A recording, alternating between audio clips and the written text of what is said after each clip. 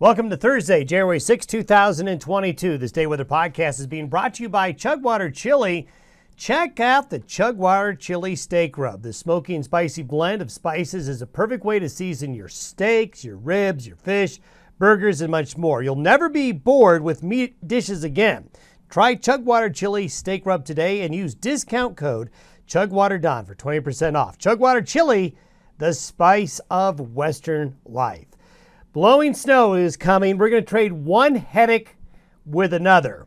The snow event that happened over the last 24 hours, very impressive across central and southern Wyoming, parts of northern Colorado, parts of western Nebraska, even parts of northwest Kansas getting into the mix with that fine powdery snow. And that fine powdery snow that fell into the Arctic air, well, the wind isn't a factor right now. But as the day progresses, the wind is going to be picking up. And this is especially true, as you would expect, in Wyoming, but the high elevations of Colorado as well. And this is going to be causing a really big headache with blowing snow, going to be a real big problem. Now, we are going to pick up a little more snow today, but it is going to wind down. We've got another little wave that'll bring another snow event to the mountains Friday night and Saturday. However, here's some good news. There is a much needed break in the weather coming the middle of this weekend through the middle of next week.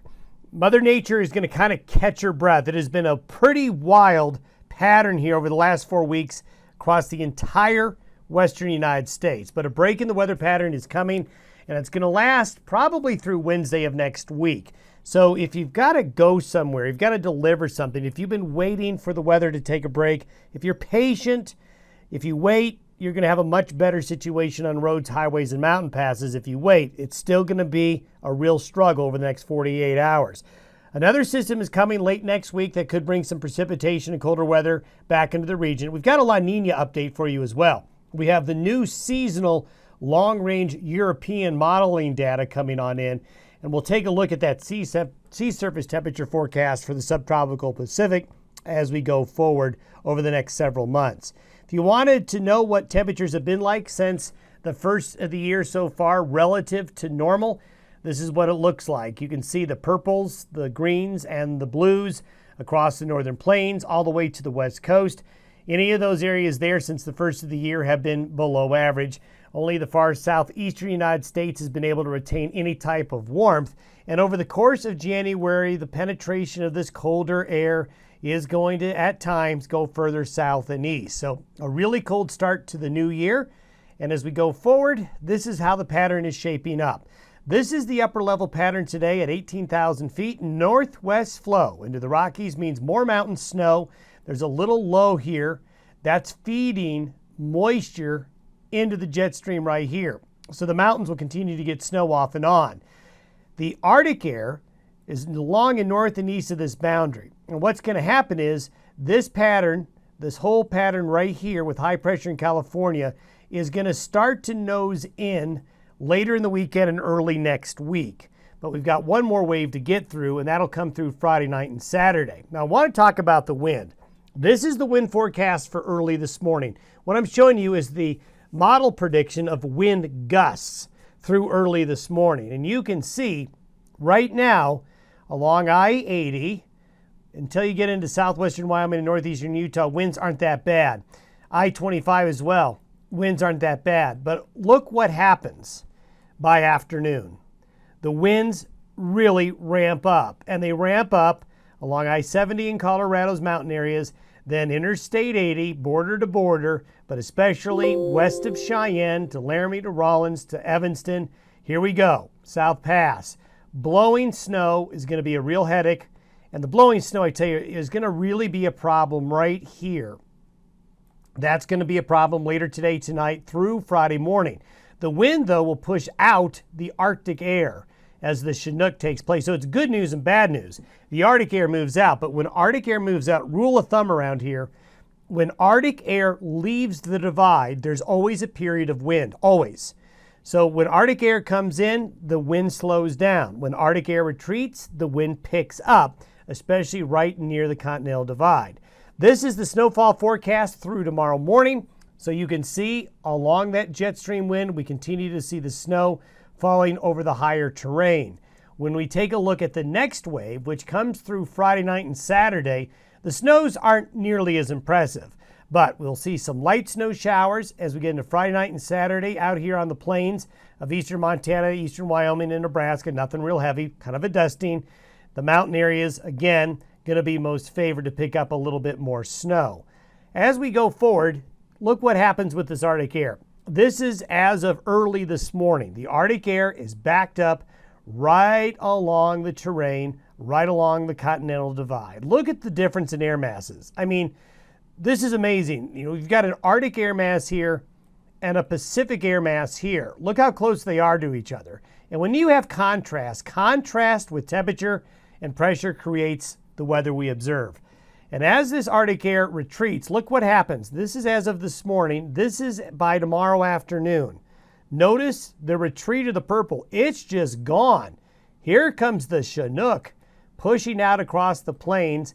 This is going to give our temperatures a big warm up tomorrow. I mean, some areas today will be single digits and teens. Some areas tomorrow will be up into the 40s and even some 50s here in eastern Colorado. Chinooks can do amazing things.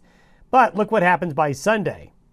The cold air sneaks back in again. Now, it's not terribly cold. It's not Arctic. But what we're going to be in is kind of a back and forth. So Arctic, Chinook, colder air sneaks back on in. As we get to the end of next week, I wanted to show you the next pattern change. This is coming in around late Thursday and Friday of next week. It doesn't look like a terribly significant storm system, but it is going to bring rain and snow back into the Intermountain West and colder temperatures again. So what we see is a break in the weather, probably best described as Sunday through Wednesday. Less wind, I don't want to say no wind, but less wind Sunday through Wednesday, some moderation in temperatures, and probably little in the way of precipitation. A nice little gap. Then this system comes in late next week. See this guy right here off the Aleutians? Well, it's likely going to pop up and come down and carve out a trough. So this is by Friday, January 21st. We see the reestablishment of the high in the Gulf of Alaska. We have been showing you since the second week of December this high in the Gulf of Alaska. Remember, when the ridge is in the eastern Pacific, the west goes to the fridge. So we're likely going to see a return of colder, unsettled weather again by the third week of January, probably through the rest of January and into early February. There is a lot of winter weather on the table, folks, in the coming weeks. Now, I want to show you the dramatic change in snowpack. These are the snowpack figures as of December 14th. Anywhere you see red, snowpacks at that time were less than 50% of average. Anywhere you see the yellows and the orange colors, you know, your snowpack isn't really good. Look what has happened as of yesterday. This does not include the snow that fell in the mountains yesterday, which was significant. So we'll show you that map here in a few days. But look at what has happened in just the period of time between December 14th and as of yesterday. Look at the erasure of red and oranges to blues. Now we still got some reds. We are still, and notice where the snowpacks are the worst is the further away you are from the Pacific. The further away you are where that better feed of moisture has been coming on in. This area here, I still think has got a chance to catch up later on this winter. But right now, it's the areas near and west of the divide. Look at all the blue, though. Even some blues down into New Mexico. And when you get into blue, you're talking about 110% of average or higher. So we have seen just a really gigantic shift, really an earthquake shift in snowpack conditions in the last 3 weeks. And we're going to see this continue through today and the weekend before this break in the snow develops Sunday through Wednesday of next week. Now, I wanted to give you a La Niña update. La Niña is when you have colder than average sea surface temperatures in the subtropical Pacific near the equator. The blue and the green represents colder than the 30-year average with sea surface temperatures. This is the forecast for January. We've been talking about La Niña reaching its peak about now, and I think that's exactly what we're seeing.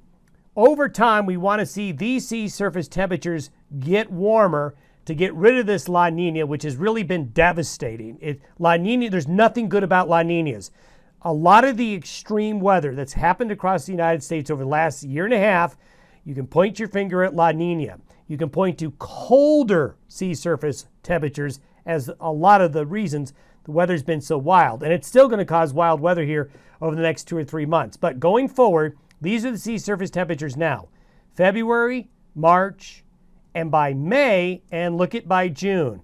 So the La Niña continues to show signs of beginning to fade and go away as we get into late winter and spring. It's really probably May or June before we can probably completely put it to bed. But it really starts to fade in March. February to March here, there's a big shift.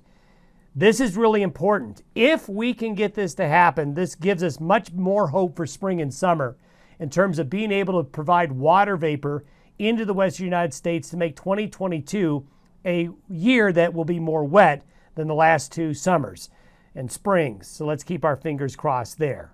Have yourself a great Thursday. We'll see you tomorrow.